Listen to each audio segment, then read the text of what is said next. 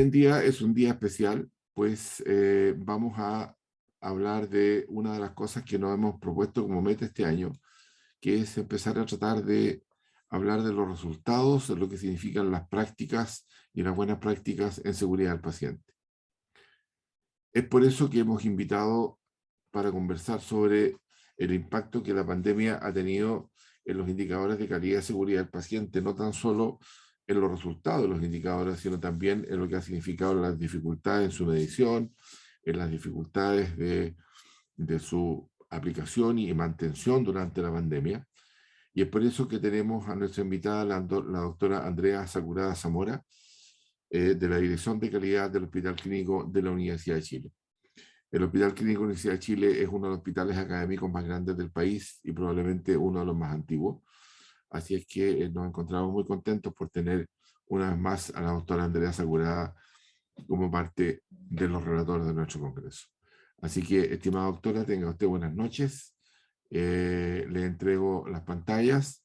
Un gusto de tenerla aquí y, como de costumbre, si hubiera alguna pregunta, al final de su presentación se la haríamos. Así que, por favor, adelante. Muy buenas noches y un agradecimiento para permitirnos y darnos pantalla para contar nuestra experiencia, que si bien está publicada en la revista, hay muchas cosas que a lo mejor podríamos conversar al final de la presentación. Ya, bueno, contarles, este trabajo surgió cuando estábamos en el primer año de la pandemia, y les voy a ir contando. Ay, no me deja avanzar. Ahí sí. Primero, cómo enfrentó el hospital la pandemia. Vamos a ver algunos antecedentes de nuestro hospital, el Hospital Clínico de la Universidad de Chile, por si acaso alguien no lo conoce. Las estrategias que tomó el equipo directivo, un plan de seguridad, el liderazgo, que hizo la dirección de calidad y los servicios clínicos. También contarles someramente que hubo un acompañamiento al personal, cómo estuvo el cumplimiento de los protocolos, de los cuidados de enfermería y los resultados del trabajo, conclusiones y propuestas a futuro. El hospital está ubicado en la comuna de Independencia y tiene una parte en la comuna de Recoleta, pero el edificio principal está en Independencia. Es un hospital docente, es el principal hospital docente de la Universidad de Chile. En él se imparten todas las carreras de la salud, tanto de pregrado como de posgrado, tanto de la Facultad de Medicina como de Odontología. Y además tiene convenios con diversas instituciones de educación superior para la formación técnica. Tiene 504 camas, 3.400 funcionarios aproximadamente. La modalidad es en libre elección y convenios con el sistema público de salud. La dirección de calidad actualmente está formada por 6 profesionales más un administrativo, y nosotros vemos todos los temas de acreditación y seguridad del paciente. Y hay un área que se denomina mejora continua, que ve todos los temas que tienen que ver con la ley 20.584. Contarles que nuestro hospital en marzo tenía 243 camas básicas, 21 servicios médico-quirúrgicos, 64 camas de UPC, que correspondían a 6 servicios de UPC adultos. Esto en junio del 2020 cambió y teníamos 119 camas básicas. El número es distinto con relación a las 500 que yo les nombré, porque no está psiquiatría, no está neonatología, pediatría, las áreas oncológicas, sino que esto corresponde más bien a los médicos quirúrgicos. Se cerraron muchos servicios. En junio teníamos 119 camas básicas. Los servicios médico-quirúrgicos de 21 pasaron a 9. Las camas de UPC aumentaron de 64 a 92 y aumentaron los servicios de UPC. En nuestro hospital incluso el hall de admisión se cerró y se construyó una unidad de pacientes críticos ahí. También se cerró una posanestesia para convertirla en una UCI. El hospital estaba transformado totalmente. Se cerraron muchos flujos. Los que conocen nuestro hospital son grandes pasillos que van desde Avenida La Paz a Independencia, y era muy difícil circular por las restricciones. En junio del 2021 aumentaron las camas básicas, pero nunca al número inicial. Los servicios médico-quirúrgicos quedaron en 15, las camas de UPC quedaron en 126 y los servicios de UPC se mantuvieron en los días que se crearon cuando fue la primera ola. Nuestros egresos han ido aumentando en el tiempo. En el año 2019, 11.167, el 2020, 14.824 y el 2021, 19.470. Con respecto al personal, la evolución también llevó a que de aumento de camas y de aumento de los servicios críticos a que se contratara y hubiera mucha necesidad de personal. Los médicos cambiaron de 637 en marzo del 2020 a 665 y en junio del 2021 694. Aquí no estaban incluidos los becados.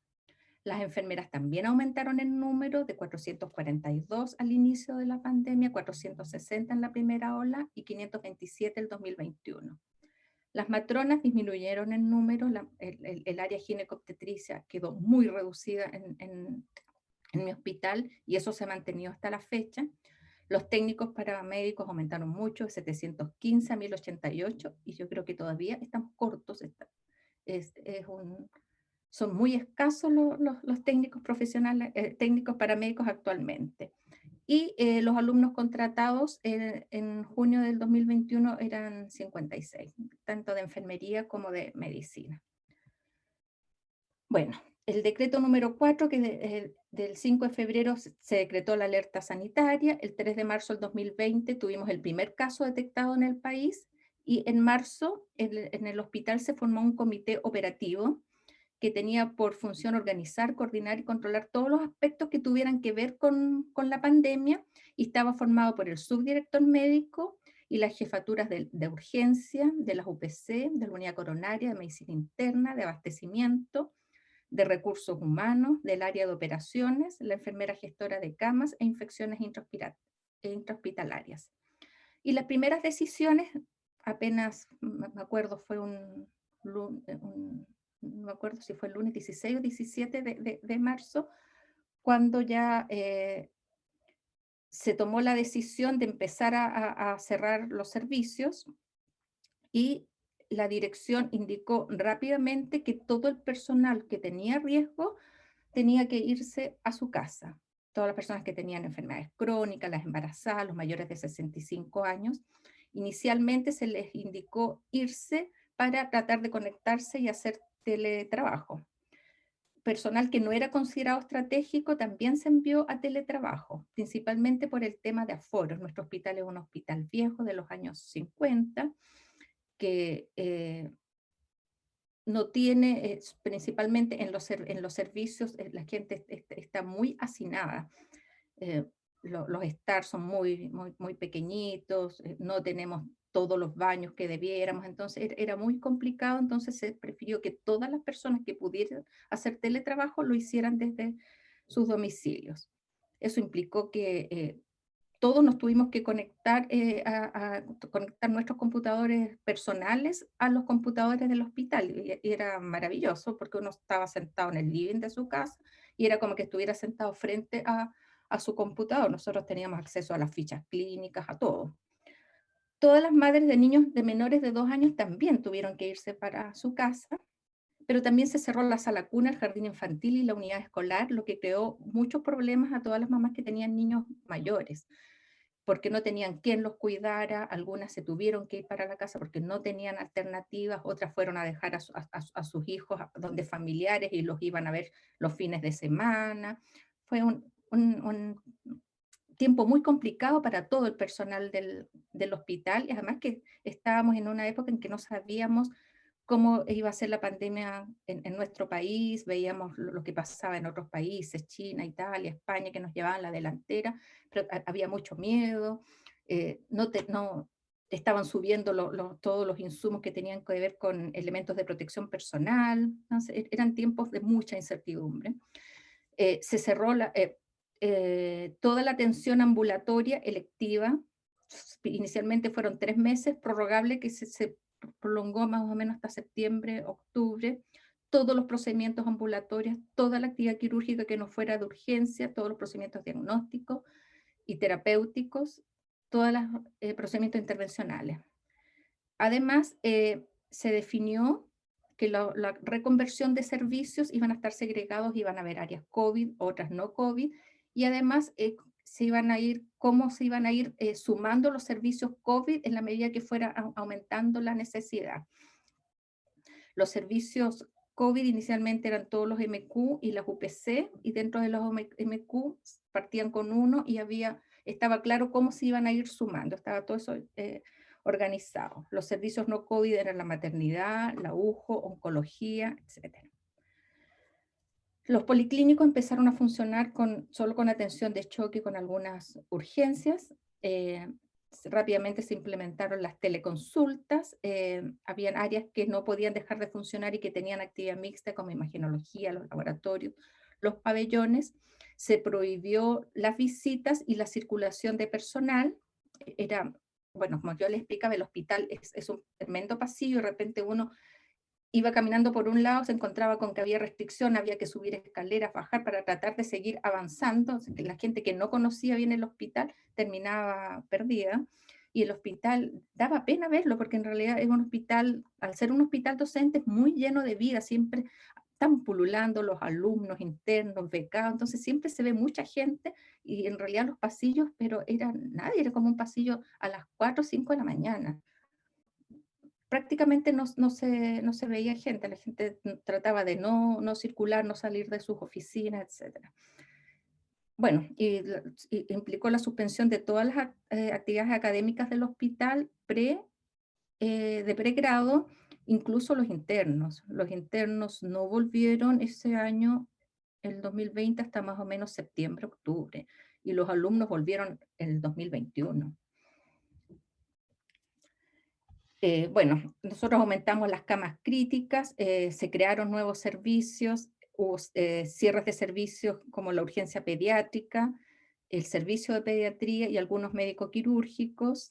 Hubo una movilización de personal, todo el personal estaba dispuesto a ser llamado por la dirección. Las personas que tenían conocimientos o ya estaban trabajando en servicios básicos que pudieran, se traspasaron a los intermedios, los de los intermedios a los críticos.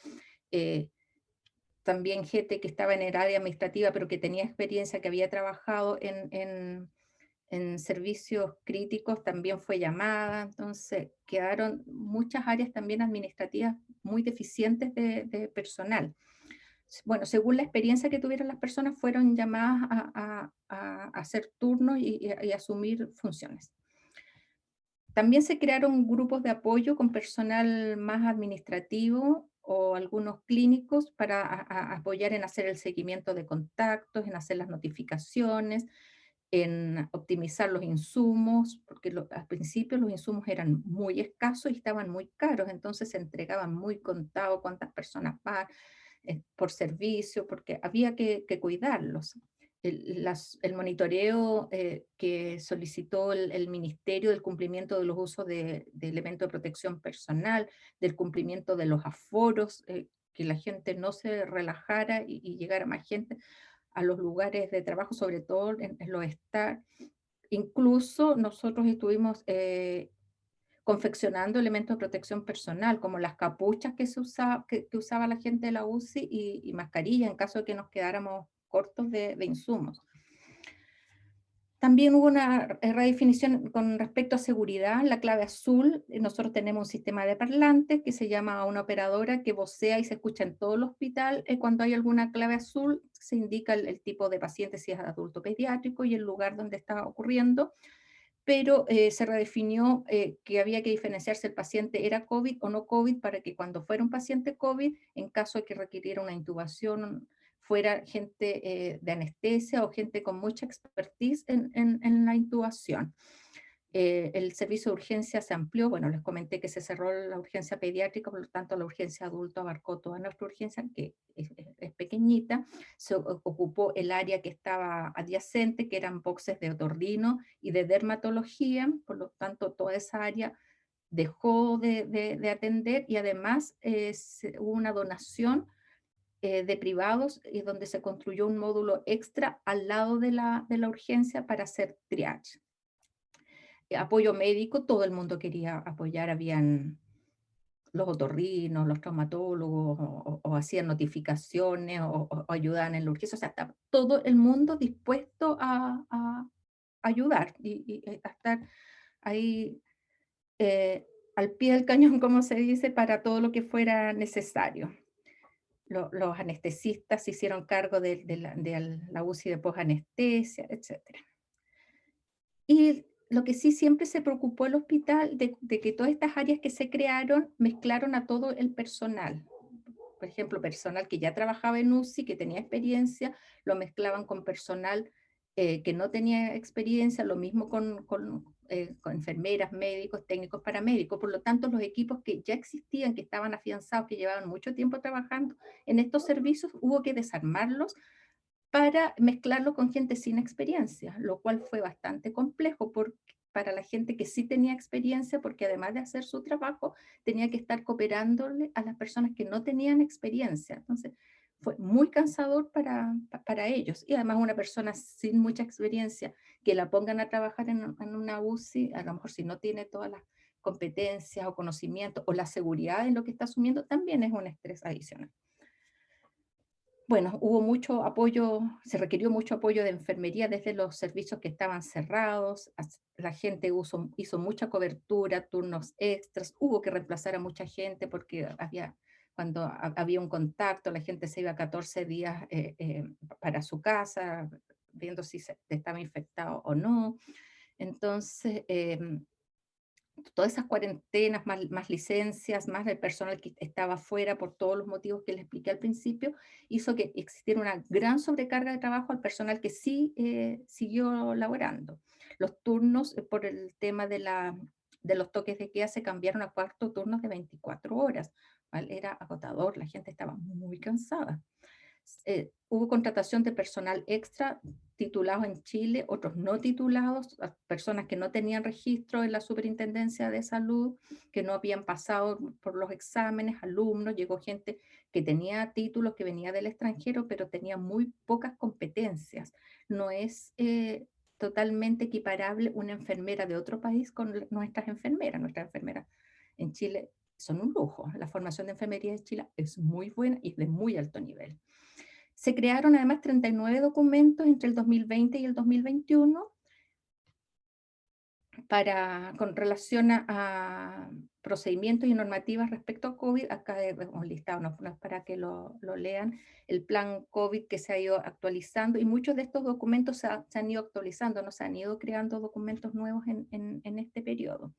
¿Qué pasó? Que muchos de estos documentos, por la premura en que tenían que salir luego, no pasaban por calidad, sino que eran rápidamente aprobados. Entonces nosotros tenemos un software de acreditación que fue localmente confeccionado. Teníamos documentos que decía una cosa, y estos documentos que se creó en el escritorio un link directo donde se iban subiendo, habían documentos que decían otra cosa, entonces de repente a las personas les creaba conflicto. Nosotros les decíamos, no, tienen que hacer caso mientras tanto a todo lo que dice, a todo lo último que es lo de COVID, pero creaba incertidumbre tener dos documentos que de repente dijeran cosas distintas.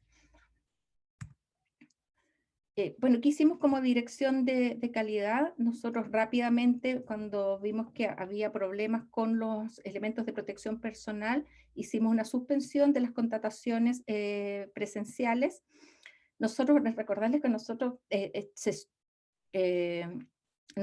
íbamos a empezar nuestra reacreditación, teníamos la visita, teníamos todo listo el 23 o 26 de marzo, y el 17 nos suspendieron, así que estábamos listos para recibir a la empresa cuando nos pararon la acreditación.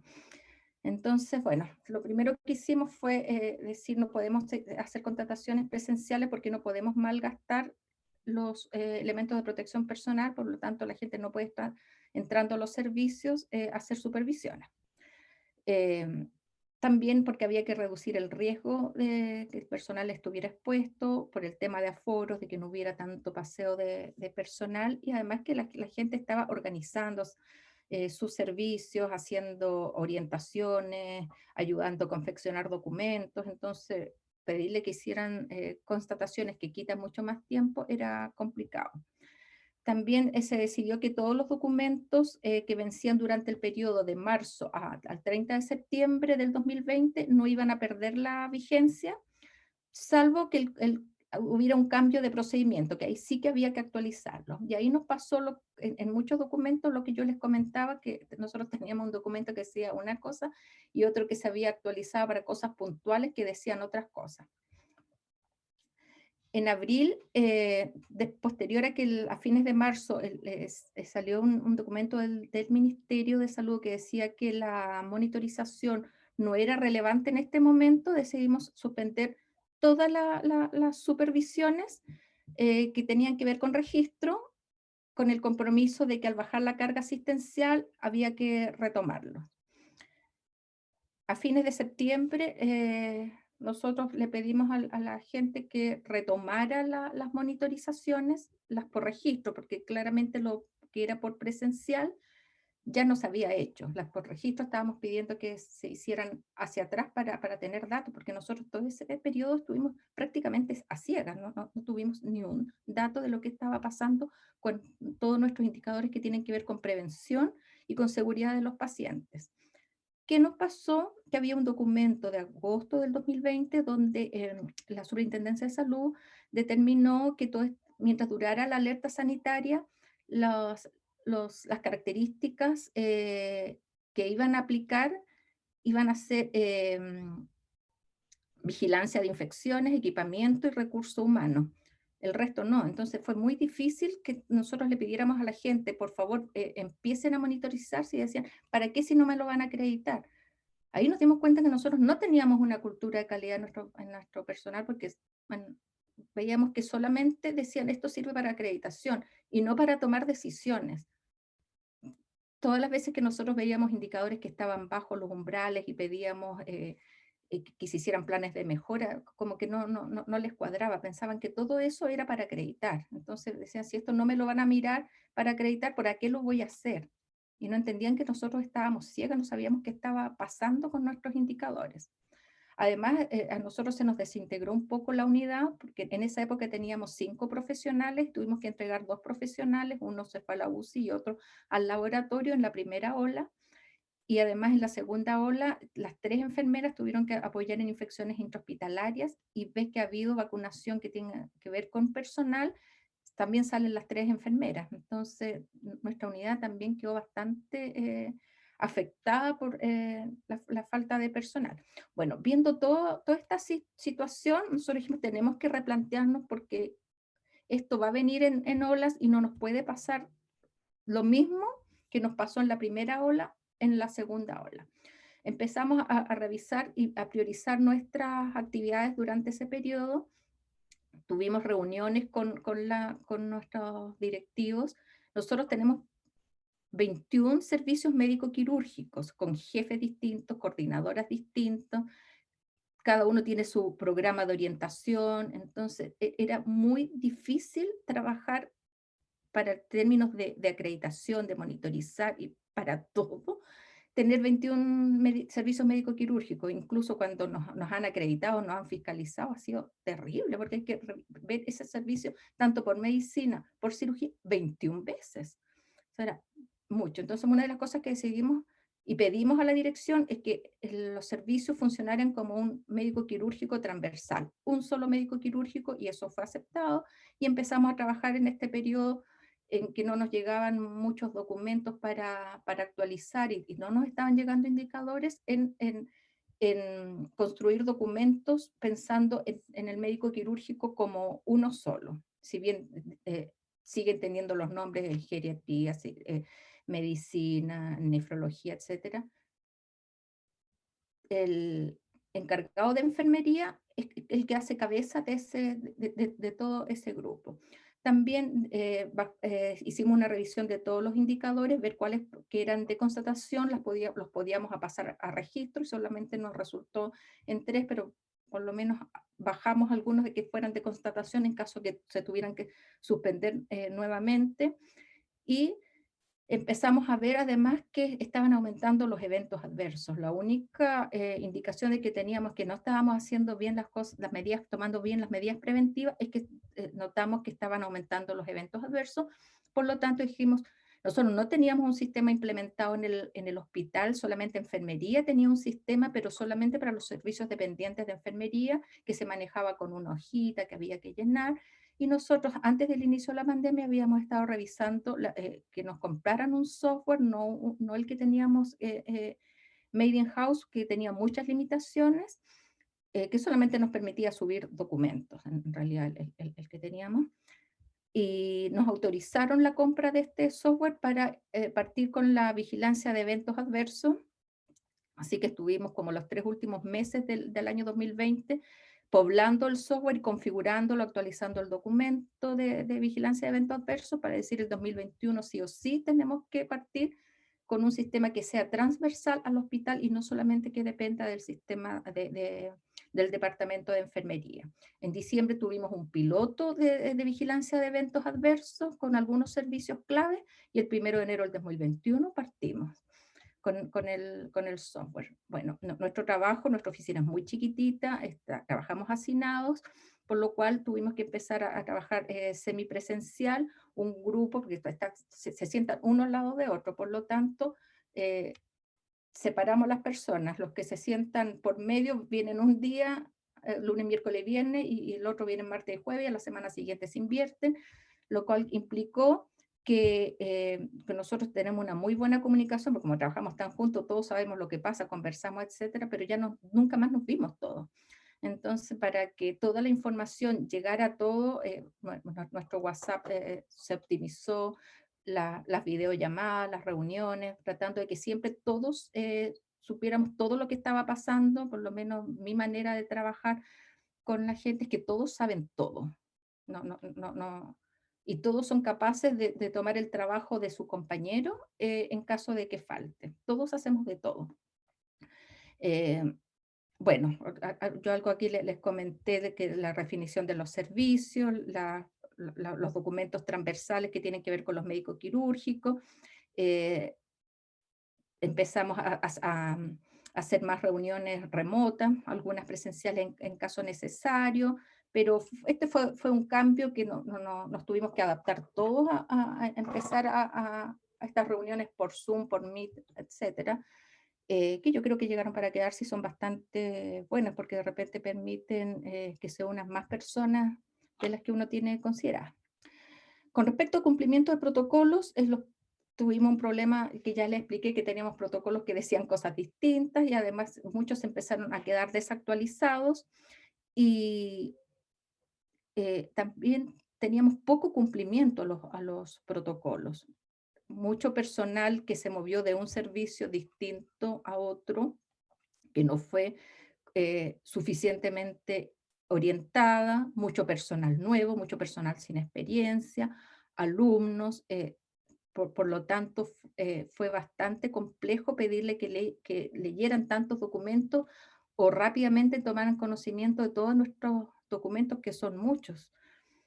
Pero también, ¿por qué no decirlo? Personas que no tenían todas las competencias para las actividades que estaban desarrollando, alta carga asistencial, el personal de salud principalmente, el primer año estaba agotadísimo. Extensas jornadas de trabajo, cambios de turno, cubriendo a compañeros que estaban en cuarentena, enfermos, licencias psiquiátricas, fue muy complejo.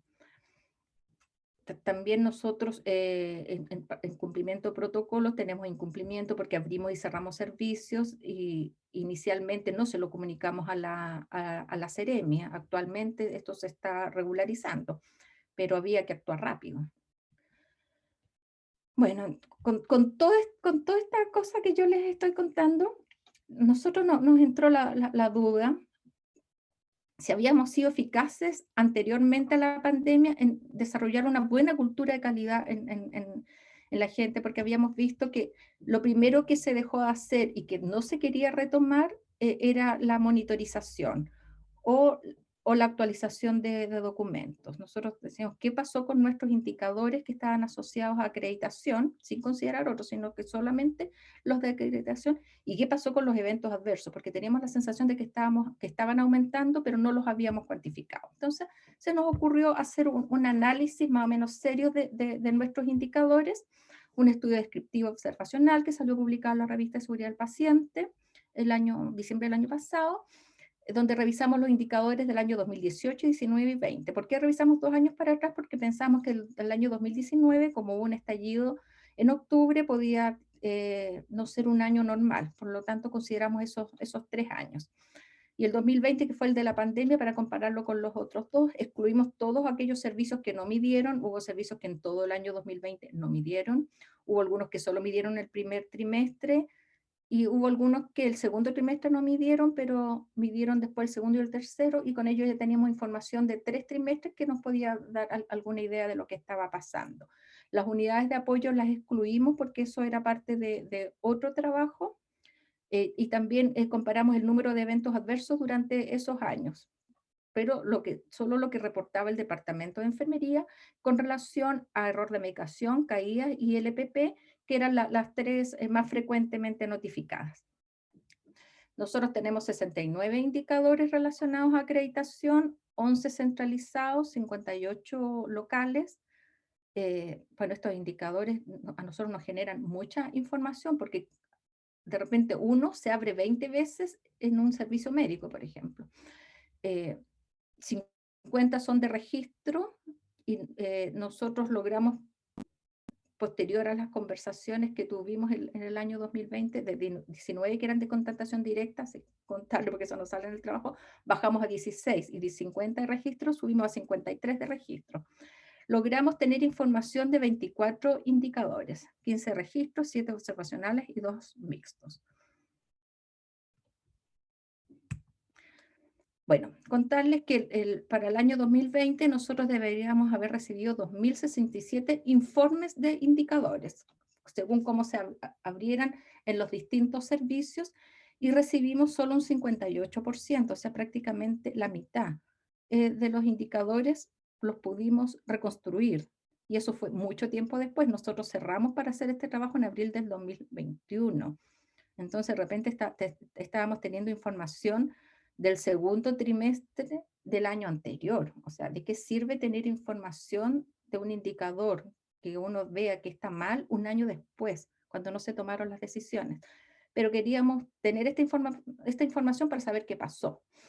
Bueno, 58%. Y el primer trimestre del 2021 la medición fue del 69,6%, porque todavía no teníamos a la gente convencida de que había que medir. Lo histórico para nosotros es que siempre teníamos el 100%. Entonces aquí pueden ver el primer trimestre del 2021, 69,6% de los indicadores solamente nos llegó. El primer trimestre del 2020 teníamos 93,2%, porque hubo servicios que cuando partió esto de la pandemia simplemente no entregaron su información del primer trimestre. El segundo trimestre reconstruido 45%, lo que nos da un 58% para el año 2020, lo que es prácticamente la mitad, es muy poco. Y además que llegó esa información muy tardíamente. Contarle con respecto a la entrega de los indicadores, de los 24 que logramos tener información.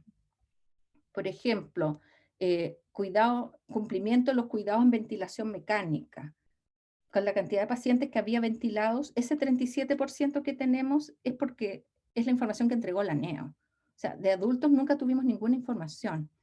Por ejemplo, administración de medicamentos, solamente recibimos 37,9% de los informes, casi un año después. Con las reconstrucciones, mantención de vía venosa periférica, 35%, conservación de vacunas, 47%, acá nosotros perdimos un trimestre que simplemente no se midió, en identificación de pacientes, 25,6%, en evaluación del dolor, 12,4%, en sistema de priorización de la atención de urgencia, 32%, eso solo por la urgencia ginecobstétrica, uso de elementos de protección personal, 49%, Registro de protocolo operatorio, 15%. Epicrisis completa, 27%. Entrega de epicrisis a paciente hospitalizado, 49%. 65% entrega de epicrisis a paciente en cirugía mayor ambulatorio. Protocolos de citostático, otros servicios, 43%. Esto no es que el indicador se cumpla según umbral, esto es de la información que nos llegó para poder tomar decisiones. Muy, muy insuficiente. Ahora vamos a ver algunos de los, seleccioné algunas tablas del trabajo, porque el trabajo tiene como 20 tablas de indicadores, yo seleccioné algunos. ¿Qué indicadores no se vieron afectados en cumplimiento según el umbral que estaba establecido? La evaluación preanestésica, la evaluación del dolor agudo en el servicio de cirugía, la prevención de caídas en la urgencia ginecobstétrica, la prevención de infección de sitio quirúrgico en pabellón, la prevención de infección asociada a CBC en diálisis, el cumplimiento de cuidados en pacientes ventilados en neonatología, administración de medicamentos en neonatología, mantención de vía venosa periférica en ginecobstetricia, identificación de pacientes en neonatología, la pausa quirúrgica y uso de elementos de protección personal en ginecobstetricia y neonatología. O sea, principalmente los que mantuvieron sus umbrales fueron los servicios de neonatología y ginecobstetricia y pabellón. ¿Qué indicadores sí se nos vieron afectados? Administración de medicamentos en pabellón, mantención de cadena de frío, criterios de indicación de cesárea, evaluación del dolor agudo, prevención de caídas, en medicina y cirugía, prevención de infección de sitio quirúrgico en todos los servicios clínicos, prevención de infección asociada a CBC o en oncología, administración de quimioterapia, identificación de pacientes en psiquiatría, sistema de priorización de atención de urgencia en ginecobstetricia y conexión del catéter de hemodiálisis. Vamos a revisar algunas tablas. Por ejemplo, evaluación preanestésica, nuestros cumplimientos no son muy buenos. Acá ustedes pueden ver el 2018, prácticamente todos los servicios en rojo. Esta no se vio afectada porque a pesar de la pandemia, ustedes pueden ver, por ejemplo, en el pabellón de cirugía fue aumentando en el tiempo, en ginecobstetricia también, pabellón de cirugía mayor ambulatorio también fue aumentando, el subtotal de pabellones está en 78%, imagenología 59%, hemodinamia 61%. O sea, en general, considerando que nuestros resultados no son muy buenos, no se vio afectado por la pandemia porque además aumentó. Conservación de vacunas, que es un indicador que históricamente para nosotros era muy bueno. Para el año 2020 se midió el primer, el tercer y el cuarto trimestre, el segundo no se midió, y vemos que el botiquín de urgencia prácticamente no midió no registraba las temperaturas, por lo tanto, cuando se iban a revisar no se encontraban los registros. Entonces, tuvo una caída bastante importante. Eso implicó que se le pidió un plan de intervención a enfermería con respecto a este servicio. Los criterios de indicación de cesárea, que también eran históricamente muy buenos, con muy buenos resultados. Ustedes pueden ver el desastre que nos causó la pandemia el año 2020. Y eso fue principalmente porque la cesárea pasó a ser de indicación o deseo materno, que por supuesto no está escrito en nuestro documento, no corresponde, y por eso bajó. Este año ya se volvieron a su normalidad. La evaluación del dolor agudo tiene datos parciales porque ninguno midió prácticamente todo el año, algún trimestre por ahí quedó sin medir. Pabellón de recuperación no lo pudimos presentar porque no tenía los 3 trimestres. En cirugía ustedes pueden ver que prácticamente se mantuvo, en traumatología bajó, en ginecobstetricia anduvo bien, y el total como hospital bajó y quedamos bajo el umbral. Muchas de estas cosas, lo típico que dicen cuando van a buscar los registros y no se encuentran las cosas, la gente dice, pero sí, lo más probable es que se haya hecho. El problema es que ustedes saben que cuando uno trabaja en calidad, lo que no está escrito no existe. Entonces, si no estaba escrito que se había preguntado, no estaba hecho nomás, y por eso tenía muchos resultados. Muchas de las respuestas que nos daban en el indicador que no estaban cumpliendo eran que lo más probable que las cosas se hubieran hecho, pero no hubieran quedado correctamente registradas. Con respecto a prevención de caídas también, vemos en endoscopía no tuvo datos de 3 trimestres que mostrar, por lo tanto no se puede mostrar. Medicina, ustedes pueden ver todos los servicios médicos que tuvo una caída importante, los servicios quirúrgicos también. Obstetricia y ginecología mejoró, y la urgencia ginecobstétrica también muy bien, pero esto no nos permitió como hospital estar dentro de los valores que nosotros teníamos establecidos como umbral. Con respecto a prevención de infección de sitio quirúrgico, ustedes pueden ver que los resultados en pabellón fueron bastante buenos en el 2020. Cirugía adulto tenía unos resultados bastante malos en el 2018 y prácticamente bajó, pero muy poco. Cirugía infantil sí presentó una baja importante. A nosotros el servicio de cirugía, el servicio de pediatría se cerró y los pacientes pediátricos quedaron, los ponían en distintos servicios, 2 o 3 servicios donde los ponían en caso que fuera necesario operar a algún paciente. Principalmente del área de otorrino y oftalmología, porque la urgencia pediátrica la teníamos cerrada.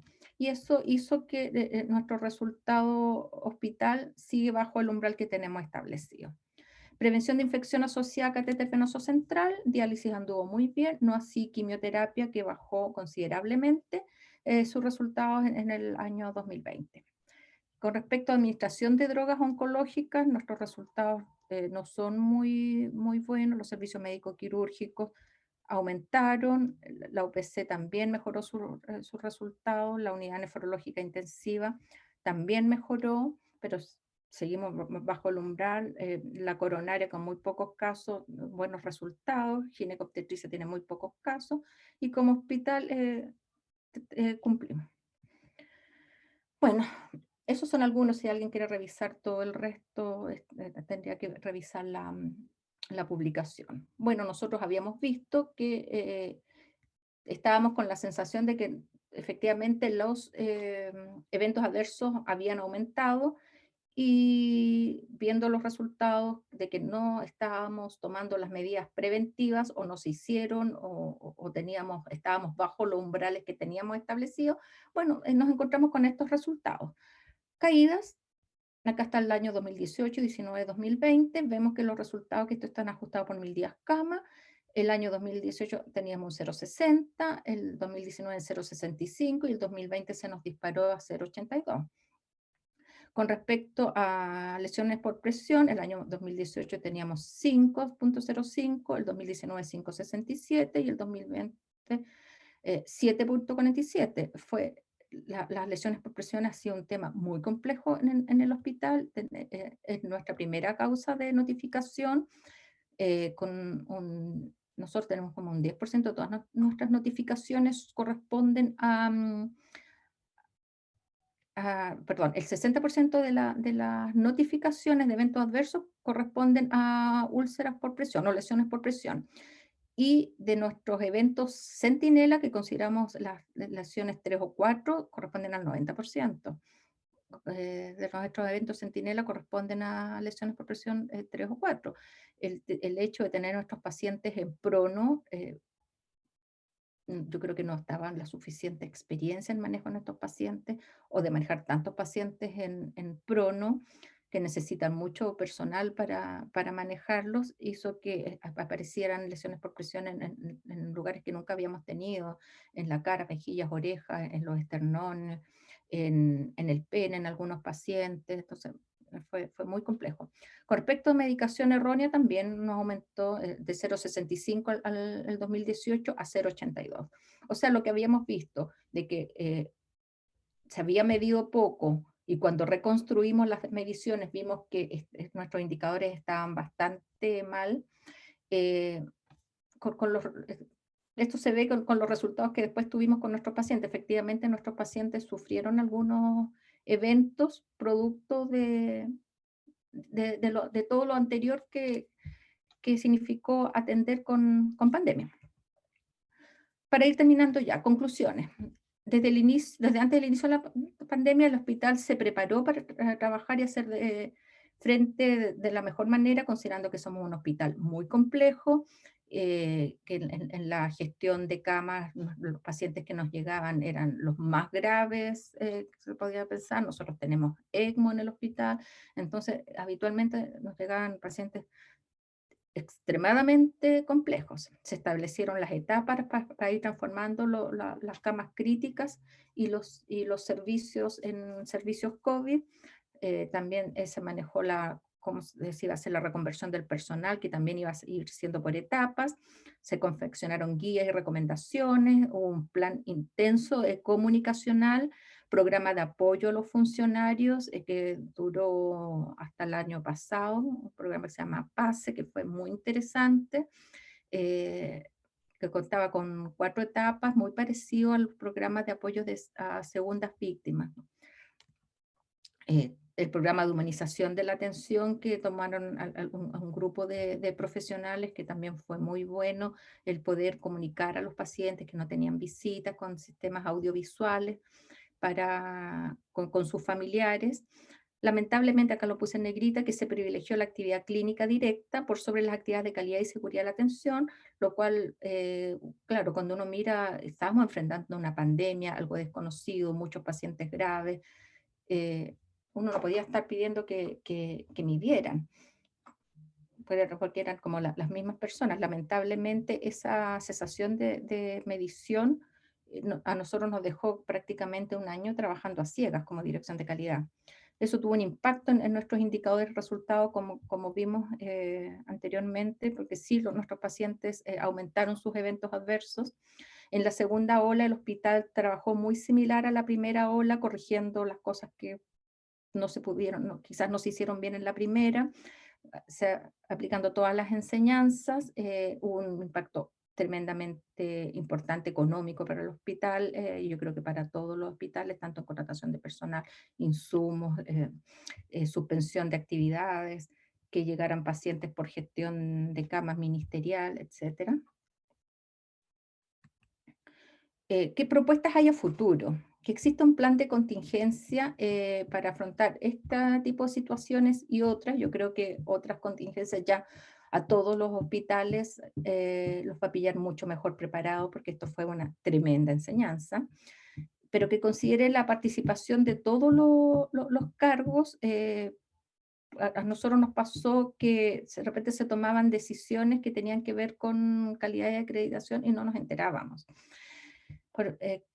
Si bien no tienen que ser estos grupos tan grandes, sí hubiéramos sido consideradas en algunas situaciones cuando implicaban el área nuestra. Muy importante mantener la humanización de la atención, creemos que eso fue muy bueno para los pacientes, porque no todos los pacientes tienen tantas visitas, los horarios a veces son restringidos, y esto de que las pantallas, que también todos demonizan mucho las pantallas, pero las pantallas nos ayudaron mucho en la pandemia. Por lo tanto, creemos que mantener la humanización de la atención es algo que tiene que ser como algo adquirido y que no hay que transar, que no debiera perderse. Mantener la flexibilidad en el trabajo. Nosotros, yo creo que vamos a seguir trabajando mucho tiempo semipresencial con nuestros equipos, con el equipo de calidad, que no va a poder estar todo junto en la oficina, porque trabajamos uno sentado al lado del otro. Entonces es más complejo, pero nosotros somos bastante responsables, y los días que estamos en la casa realizamos fichas, documentos, y los días que estamos en el trabajo hacemos las visitas. Entonces tenemos bastante bien organizado el trabajo. ¿Qué más propuestas a futuro? Que calidad y seguridad del paciente tiene que ser un intransable. Aunque estemos en pandemia, en algún terremoto, no se pueden dejar de mantener los puntos que tienen que ver con la seguridad de nuestros pacientes. Creemos que las oficinas de calidad tienen que mantener un rol estratégico, que se tienen que potenciar, que hay que tener un piso mínimo, si bien si es necesario hay que entregar personal, y como jefatura jamás puse problemas para que se entregara personal, pero sí tiene que haber un piso mínimo de con cuántas personas sí puede funcionar, considerando eh, cosas mínimas que sí o sí se tienen que seguir haciendo. Eh, Seguir manteniendo todas las tecnologías de la comunicación, tanto para calidad como para todas las actividades del hospital. Yo creo que eso ha sido una tremenda ganancia. Y una cosa que creo que es importante es potenciar redes de oficinas de calidad, porque si bien en este tiempo todos leíamos harta literatura, había mucha literatura que salía todos los días con respecto a qué cosas hacer, pero de repente de las cosas prácticas, nosotros con las redes de amigos, y yo estoy haciendo tal cosa, me llamaban compañeras que había tenido en el sótano, oye, estoy haciendo tal cosa, ¿qué más le agregarías tú? O sea, nos ayudábamos entre los grupos que nos conocíamos, pero a lo mejor podría formarse un repositorio de documentos para que todos puedan tener acceso a leer, porque de repente a uno perfectamente no se le puede ocurrir algo y a otros sí se le puede ocurrir un hospital que tenga una complejidad similar, o a veces un hospital mucho más básico, más chiquitito, se le ocurren cosas que a uno que es tan grande no se le ocurren. O sea, sería súper bueno tener repositorios de documentos donde uno pueda revisar y lo que no se le ocurre a uno se le ocurre a otro y así complementarnos. Eso es muy importante porque en este momento solo trabajábamos con la red de amigos y conocidos. Y bueno, yo creo que la mantención de los indicadores asociados a seguridad es importante, no podemos volver a trabajar a ciegas. De hecho, nosotros para el 2021, cuando está partiendo la otra ola, fines de diciembre, no, la ola fue más a mitad de año, todos nos decían, bueno, ahora vamos a dejar de medir, nosotros nunca dijimos, no, esta vez no vamos a dejar de medir. Tienen que organizarse de alguna manera para que las cosas se sigan haciendo, porque no podemos volver a trabajar a ciegas, no podemos volver a que no nos puede volver a pasar que se nos disparen los eventos adversos en los pacientes. Bueno, yo lo había dicho, mantener un piso mínimo de las oficinas de calidad y la vigilancia de los eventos adversos en estas situaciones es clave. Se tienen que mantener. Nosotros solicitamos un plan de intervención transversal al Departamento de Enfermería por el tema de las úlceras por presión, porque eran valores demasiado altos que teníamos en el hospital y con úlceras tremendamente complejas. Eh, bueno, ¿y qué otros de los indicadores el año pasado que ya teníamos datos más al día? Solicitamos 2 planes de intervención porque estábamos con unos resultados pésimos en mantención de material estéril, mantención en los servicios clínicos, mantención de material estéril, de medicamentos en los servicios clínicos, y el que ya les comenté anteriormente, que fue lo del registro de las temperaturas en las vacunas. Entonces, bueno, esto todos lo conocemos, el ciclo de Deming: planear, hacer, verificar, actuar. Nosotros estuvimos como hospital prácticamente un año sin tener esta parte, sin poder verificar. No sabíamos qué estaba pasando con nuestros datos, teníamos sensaciones por los eventos adversos porque estaban pasando cosas, que no estábamos tomando todas las medidas preventivas, pero estuvimos mucho tiempo a ciegas y eso no nos debería volver a pasar. Yo también le agradezco, doctora, su gentileza, su presentación y su tiempo. Así que, bueno, muchas gracias. Esperaremos seguir trabajando juntos y le dejo la pantalla para que nos diga sus palabras finales, por favor. Bueno, yo vuelvo a agradecer el espacio que me dieron para presentar esto y dejo la inquietud de cómo podemos hacer para formar un grupo que ante estas situaciones, cuando estábamos todos aprendiendo, todos desesperados, todos tratando de ver cómo construir documentos, cómo revisar indicadores, qué cosas medir o no medir, hubiéramos tenido la oportunidad de trabajar en conjunto. A lo mejor, si nos vuelve a pasar en otra ola, aprovechar estas instancias de reunión para conversar esos temas, porque de repente nosotros decíamos, ¿qué medimos? ¿Qué dejamos de medir? ¿Sí? ¿Qué pasa? Modificamos muchos indicadores, muchas pautas a dejarlas solo de registro para poder reconstruir, pero a mí no me gusta el tema de reconstruir porque la gente se confía y lo hace a destiempo, y la medición tiene que ser en el momento para que sea útil para tomar decisiones, porque si no es medir por medir. Yo que vengo del mundo de las infecciones, me acuerdo que la Paula decía, uno no puede medir por medir, uno tiene que medir para revisar los datos y que de eso se tomen decisiones.